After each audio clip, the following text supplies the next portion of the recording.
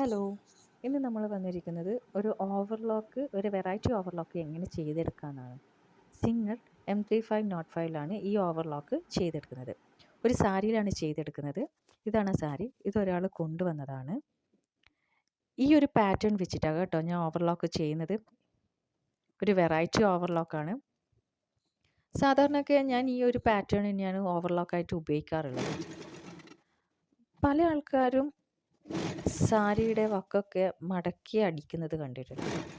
എനിക്ക് തോന്നിയിട്ടുണ്ട് അതിനെക്കാട്ടിയും കുറച്ചും കൂടി നല്ലത് ഇതുപോലെ ഓവർലോക്ക് ചെയ്തെടുക്കുന്നതാണ്.